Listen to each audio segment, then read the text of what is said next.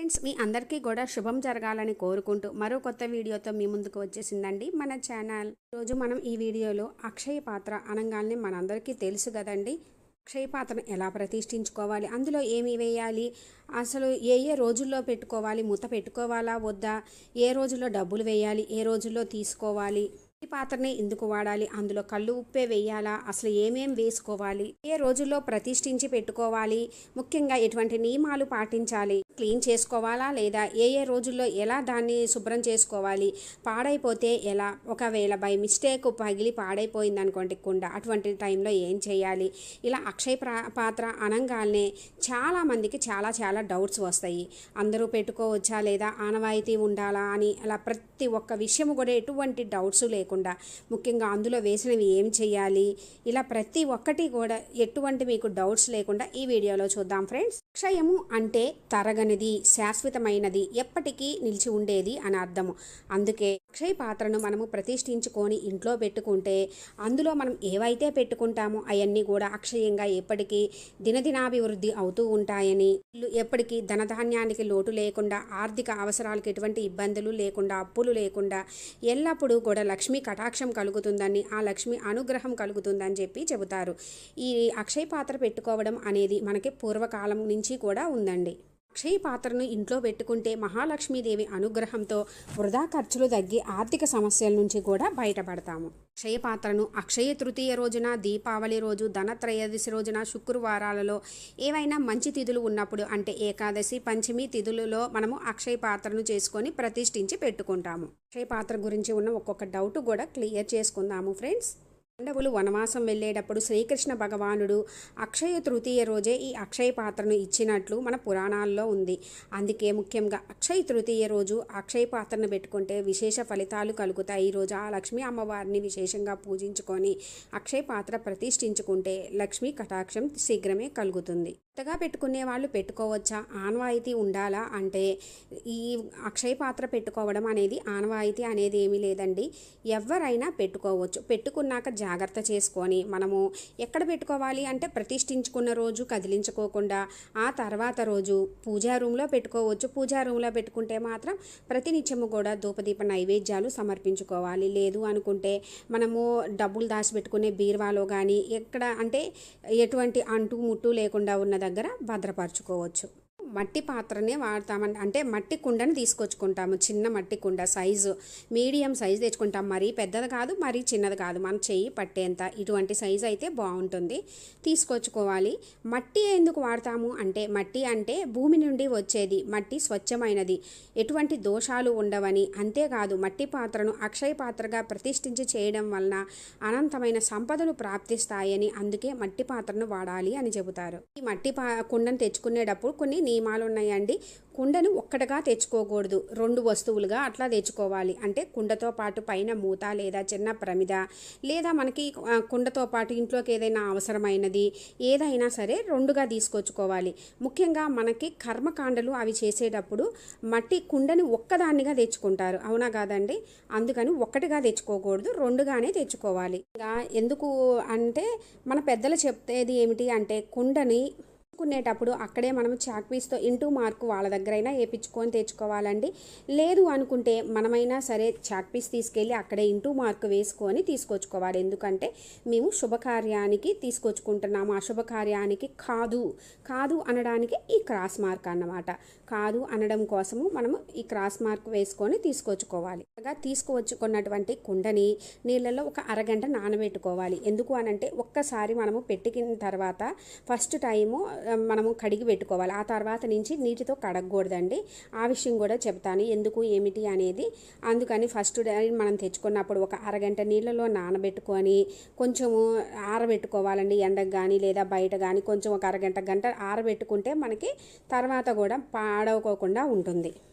ఆరిన తర్వాత మనము పసుపు ఉంటుంది కదండి, పసుపు కుంకుమలలో వారికి సువాసనాభరితమైనవి అంటే ఇష్టం కాబట్టి పసుపు కుంకుమలలో కొంచెము జవ్వాది, కర్పూరము, రోజు వాటర్, ఇంకా మీకు ఏమైనా సువాసనాభరితమైన ఏమన్నా ఉన్నా కలుపుకొని చక్కగా పసుపుతోటి కుండ అంతా కూడా రాయాలి. రాసిన తర్వాత ఆ పైన కుంకుమతోటి శ్రీం అనే బీజాక్షరం రాయాలి. శ్రీం అన్న బీజాక్షరం రాసిన వెంటనే మనకి అక్షయ పాత్ర రెడీ అయినట్లేనండి. అప్పుడు ఆ కుండ మనకి అక్షయ పాత్ర అవుతుంది. అయిన తర్వాత మనము శుభ్రంగా మనము కడిగి అంతా పసుపు రాసుకున్న తర్వాత శ్రీం రాసిన తర్వాత మనము ఆ అక్షయ పాత్రలో పసుపు, కుంకుమ, జవ్వాది, పచ్చకర్పూరం, అక్షింతలు ఇలా నేనైతే 5 రకాలు వేసుకుంటానండి. మీ ఇష్టం అండి, 3, 5, 9, 11 ఇలా సంఖ్య అయితే మంచిది. అమ్మవారికి ఇష్టమైనటువంటి ఏ వస్తువులైనా సరే అందులో వేసుకోవచ్చు, సంఖ్య చూసి వేసుకోండి. ఆ తర్వాత కళ్ళు ఉప్పు వేసుకోవాలి. మనకి కళ్ళు ఉప్పు మాత్రమే వాడాలండి. ఎందుకు అనంటే అమ్మవారు సముద్ర గర్భం నుండి ఉద్భవించారు. సముద్రం అంటే ఉప్పుతో సమానం అండి. వారికి సముద్రం నుంచి వచ్చిన విశేషమైన ఏవైనా కూడా అమ్మవారికి ప్రీతికరమైనవి. లక్ష్మీ గవ్వలు ఇలా ఉన్నాయి కదండి, అన్నీ ఇష్టమే. అందులో ఉప్పు అంటే అమ్మవారికి ఇంకా చాలా ప్రీతి అన్నమాట. కానీ మామూలు ఉప్పు అది వేయకూడదు, ఓన్లీ కళ్ళు ఉప్పు మాత్రమే తీసుకోవాలి. కళ్ళు ఉప్పు ఎందుకు అనంటే ఉప్పుకి నెగిటివ్ ఎనర్జీని గ్రహించే శక్తి ఉంటుంది. ఇంట్లో ఉన్న నెగిటివ్ ఎనర్జీని అంతా గ్రహించి మన ఇంటినంతా కూడా పాజిటివ్గా మారుస్తుంది. అందుకే ప్రత్యేకంగా మనము ఈ కళ్ళు ఉప్పు మాత్రమే వాడతాము. ఈ కళ్ళు ఉప్పుని 3, 5 అట్లా గుప్పిళ్ళు వేసుకోవాలి. వేసుకున్న తర్వాత బ్లౌజ్ పీస్ తీసుకోవాలి. నలుపు బ్లౌజ్ పీస్ అయితే తీసుకోకూడదండి. ఎరుపు, పసుపు, పచ్చ అయితే మంచిది. పట్టు బ్లౌజ్ పీస్ అయితే ఇంకా మంచిది. లేకపోతే కాటన్దైనా వాడుకోవచ్చు, 2x2 పీస్ అయినా వాడుకోవచ్చండి. ఆ బ్లౌజ్ పీస్లో మనము వారికి ఇష్టమైన మంగళకరమైన వస్తువులు కానీ, చిన్న వెండి రూపు కానీ, బంగారము, అమ్మవారి ఏవైనా సరే అందులో డబ్బులు లేదు అనుకుంటే ఒక 1 రూపీ కాయిన్ తీసుకొని గంధము బొట్టు పెట్టి అదైనా పెట్టుకొని ఆ బ్లౌజ్ పీస్ని మడత పెట్టి మనం ఉప్పు పైన పెట్టాలి. ఉప్పు పైన పెట్టిన తర్వాత ఆ పైన డబ్బులుగా మనము ఏవైనా 5 నోట్లు, ఒక 1 రూపీ కాయిన్ తప్పకుండా పెట్టాలి. ఆ 5 నోట్లు 10 రూపాయలు అయినా తీసుకోవచ్చు, లేదా 100 రూపాయలవి లేదు అనుకుంటే 50 అట్లా 51, 21, 501, 1001 అలా ఎన్ని అయినా సరే పెట్టుకోవచ్చు. ముఖ్యంగా ఇంకా ఆ డబ్బులతో పాటు ఆ పైన మనం ఏదైతే వృద్ధి చెందాలి అనుకుంటున్నామో అవి ఏవైనా సరే అందులో మనము పెట్టుకోవచ్చండి. అన్నీ కూడా పెట్టుకున్న తర్వాత మనము పైన కొన్ని అక్షింతలు పెట్టుకోవాలి. ఇప్పుడు మనకి అక్షయ పాత్ర సిద్ధమైపోయింది. ఈ అక్షయ పాత్రని పూజా రూమ్లో ఆగ్నేయ మూలంలో పెట్టుకోవాలి. పెట్టుకొని మనము ఏ రోజు పెట్టుకుంటాము, అక్షయ తృతీయ రోజు అయినా సరే, ఏ రోజు పెట్టుకున్నా, శుక్రవారం పెట్టుకున్నా ఆ తర్వాత రోజు మాత్రమే కదిలించి తీసి పూజా రూమ్లోనే ఉంచుకోవచ్చు, లేదు అనుకుంటే బీరువాలో పెట్టుకోవచ్చు. సిద్ధమైన అక్షయ పాత్ర మీద మూత పెట్టుకోవాలా లేదా అందరికీ డౌట్ వస్తూ ఉంటుందండి. లోపల ఉప్పు ఉంటుంది కదండి, ఆ ఉప్పు ఫంగస్ రాకుండా, చెమ్మ రాకుండా ఉండాలి అంటే గాలికి అలా వదిలేస్తేనే మంచిది. మూత పెట్టుకున్నా మంచిది, కానీ ముఖ్యంగా అయితే మనకి పాడవకుండా ఉండడానికి మాత్రం అట్లానే చేయాలి. అక్షయ పాత్రని నేల మీద మాత్రం ఉంచకూడదండి. రాగి, వెండి, ఇత్తడి ఇలాంటి పాత్రల్లో పెట్టుకోవాలి. ముగ్గు వేసుకొని చక్కగా పసుపు కుంకుమలతో అలంకరించి పెట్టుకోవాలి. అంతేగాని స్టీల్ మీద పెట్టకూడదు. ఏ రోజు పెట్టాలి, ఏ రోజు తీయాలి అంటే మనం శుక్రవారం పెడితే శని, ఆది, సోమవారాలు ఉంచి మంగళవారం తీయాలి. మంగళవారమే ఎందుకు అనంటే మంగళవారము మంగళకరమైన రోజు. మంగళవారం మారు కోరుతుంది అంటే వృద్ధి. మనము తీసి మళ్ళీ పెడతాము, తీసి మళ్ళీ పెడతాము. మనం మంగళవారం తీస్తాం, శుక్రవారం పెడతాము. అట్లా తీసి పెడుతూ ఉండటం వల్ల మనం తీసిన డబ్బుని బ్యాంకుల్లో అట్లా వేస్తూ ఉంటాము. అలా మారుతూనే ఉంటుంది. అట్లా మన డబ్బులు కూడా వృద్ధి చెందుతూ ఉంటాయి. మనం పెట్టిన డబ్బులను ఆ రోజు రాత్రి అయితే తీయకూడదండి, తర్వాత రోజు తీయాలి. మనం నెల జీతం వచ్చినా జీతం పెడతాము, ఈ రోజు పెట్టామనుకోండి రేపు పొద్దున తీసుకోవాలి. అంతేగాని ఒక రోజు అయితే నిద్ర చేయాలి తప్పకుండా, పెట్టిన రోజే తీయకూడదు. కాదండి, మనం గోల్డ్ కానీ ఏవైనా సరే, ఏవైనా పత్రాలు కానీ ఏదైనా సరే మనం వృద్ధి ఏది చెందాలి అనుకుంటున్నామో అవి ఏవైనా పెట్టుకోవచ్చు. ఏ పాత్రలో పెట్టిన ఉప్పు ఇవన్నీ కూడా పాడైనవి అనుకోండి, ఎప్పుడు మార్చుకోవాలంటే ఎప్పుడు పడితే అప్పుడు మార్చుకోకూడదు. ముఖ్యంగా మంగళ, శుక్రవారాల్లో మార్చకూడదు. ఆదివారము, బుధవారాలలో, ఇంకా మనకి ముఖ్యమైన తిథులలో అలాంటి రోజుల్లోనే తీసి మనము శుభ్రం చేసుకొని మళ్ళీ శుక్రవారం వచ్చిన రోజు లేదా విశేషమైన రోజులు వచ్చినప్పుడు పెట్టుకోవాలి. అంతేగాని ఎప్పుడు పడితే అప్పుడు చేయకూడదు. ముఖ్యంగా తీయకూడని రోజులు ఉన్నాయండి. అవేమిటి అంటే పౌర్ణమి, అమావాస్య రోజులు, మంగళ, శుక్రవారాల్లో తీయకూడదు. అలాంటి రోజుల్లో తీస్తే మనకి మంచిది కాదు, డబ్బులు కూడా వృధా ఖర్చు అవుతాయి. ముఖ్యమైన విషయం అందరికీ చాలామందికి వచ్చే డౌట్, అసలు క్లీన్ చేయవచ్చా లేదా అని. మనము పెట్టుకున్న రోజు అట్లానే ఉంచుతాము, దాంట్లో పెట్టిన డబ్బులు మనకు చెప్పాను కదండి అట్లా తీసుకుంటూ ఉంటాము. పెట్టుకున్న రోజు మాత్రం అలానే ఉంచేసేసేయాలి. తర్వాత మనము ఎప్పుడెప్పుడు అంటే 3 నెలలకు ఒకసారి శుభ్రం చేసుకోవాలి క్లాత్ తోటి. అంటే కొంతమందికి ఒక నెల అవ్వంగానే ఉప్పు కరిగిపోతుంది అలాంటిది ఉంటుంది కదా, కొంచెం పాడవుతుంది, లోపల చెమ్మగా కనబడుతుంది, పైన బూజులాగా ఫంగస్ వస్తుంది, ఇలా డౌట్ వస్తుంది. అలాంటప్పుడు మనము మంచి రోజులు చూసుకొని బుధవారము, ఆదివారము, ఏకాదశి తిథి ఇలాంటి రోజుల్లో మాత్రము అయితే ముఖ్యమైన విషయం ఇక్కడ అందరూ గుర్తుంచుకోవాల్సింది, నీటితో మాత్రం ఎట్టి పరిస్థితుల్లో శుభ్రం చేయకూడదు. ఏదైనా క్లాత్ తీసుకొని క్లాత్ తోటి మొత్తము శుభ్రం చేసుకోవాలి. బుధవారము, ఆదివారము శుభ్రం చేసుకుంటాము.